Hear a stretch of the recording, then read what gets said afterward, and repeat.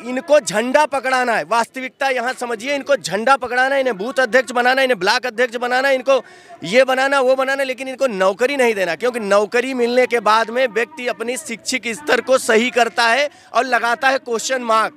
जैसे मैं लगा रहा हूँ क्वेश्चन मार्क। मैं भी चप्पलों में दौड़ा था और चप्पल में दौड़ने के बाद आज ये स्थिति आ गई कि मैं अपने बच्चों को पढ़ाने लगा हूँ आर्मी पब्लिक स्कूल में। हमारे बच्चे जब निकलेंगे तो इनसे क्वेश्चन मार्क लगाएंगे। उन्हें राजनीति में इंटरेस्ट नहीं रहेगा, उन्हें बीबीए में, एमसीए में, एमटेक, बीटेक, एनडीए इनमें इंटरेस्ट आएगा। यहाँ इंटरेस्ट नहीं आएगा। कोई भी आज की डेट में शिक्षित आदमी सरकारी नौकरी के लिए उत्तर प्रदेश में नहीं पढ़ाता।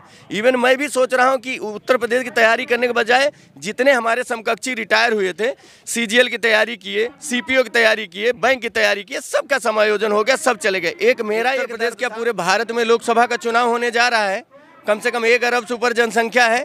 15 दिन में चुनाव, 15 दिन में इनकी ज्वाइनिंग और 15 दिन में इनको पेंशन मिल जाएगी। मैं पूर्व सैनिक हूं। मैं 2020 में दिसंबर में रिटायर हुआ हूं और निष्पक्ष मेहनत करके पेपर में कई बार पेपर दे दिया, चाहे एसआई चाहे सब में क्वालिफाई होता हूं, लेकिन पेपर कंफर्म नहीं हो पाता। उसका रीजन समझना चाहिए।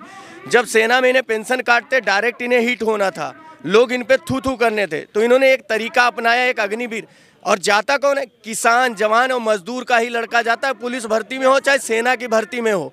इनको कैसे काटना है? क्योंकि इनको झंडा पकड़ाना है। वास्तविकता यहाँ समझिए, इनको झंडा पकड़ाना है, इन्हें बूथ अध्यक्ष बनाना है, इन्हें ब्लॉक अध्यक्ष बनाना है, इनको ये बनाना वो बनाना, लेकिन इनको नौकरी नहीं देना। क्योंकि नौकरी मिलने के बाद में व्यक्ति अपनी शैक्षिक स्तर को सही करता है और लगाता है क्वेश्चन मार्क।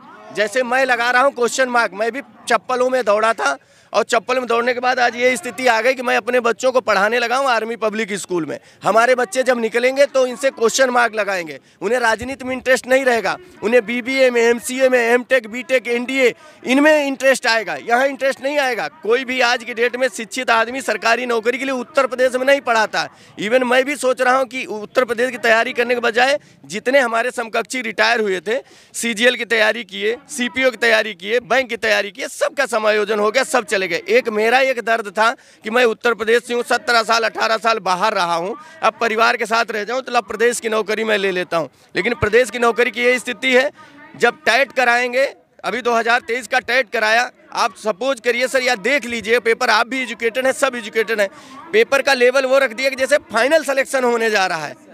फाइनल सिलेक्शन हो रहा है। जब लेखपाल का पेपर कराया, सिटिंग अरेंजमेंट इतना ही पुअर था, इतना एक के साथ दो बैठे। आप बताइए क्या किसी के साथ में निष्पक्षता हो पा रही? हम पढ़ के कर रहे हैं, 2 लड़के बैठे एक साथ में, 4 साथ में, तो उनका जब पारदर्शिता तरीके से हो ही नहीं पा रहा है तो किस तरीके। उसके बाद में हम लोगों को दोबारा, सर आप समझिए, भूतपूर्व सैनिकों को दोबारा बुलाया उन्होंने।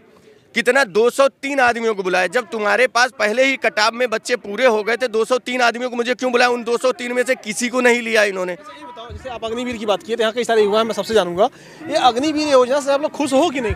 भी नहीं खुश है, अग्निवीर बिल्कुल भी खुश नहीं है। योजना से हम लोग 1% नहीं खुश हैं। सर इन लोग का बंगाल में चुनाव हो रहा था, जा जाके सारे लोग मजे ले रहे थे चुनाव में। हमारी लोग की भर्ती नहीं, हम ही लोगों के लिए कोरोना था। सर बता रहे थे कि हर साल 4-4 5-5 साल खाए हुए हैं, उस चीज के सताए हुए हैं। सर बता रहे थे कि अग्निवीर योजना आएगी तो हर साल वैकेंसी आएगी। एक बार देने के बाद दोबारा वैकेंसी नहीं निकाल रहे हैं। जी सर, हमको 30-32 हजार तनख्वाह पेंशन मिल रही है, तो मैं झेल रहा हूँ, तो मैं दर्द समझ रहा हूँ कि ये लोग कहाँ से इतना पैसा लाएंगे। बीएड कराया, इस लालच में किया चलो बीएड हो जाए, बीएड को बाहर किया, फिर बोले नहीं अब आप बीटीसी करो, बीटीसी का आगे बता। कुल मिला करके इतना झोल झुला रहे हैं, नौकरी नहीं देने की। एक अगर सर नौकरी नहीं देनी है, सर इन लोगों को नौकरी नहीं देनी है सर।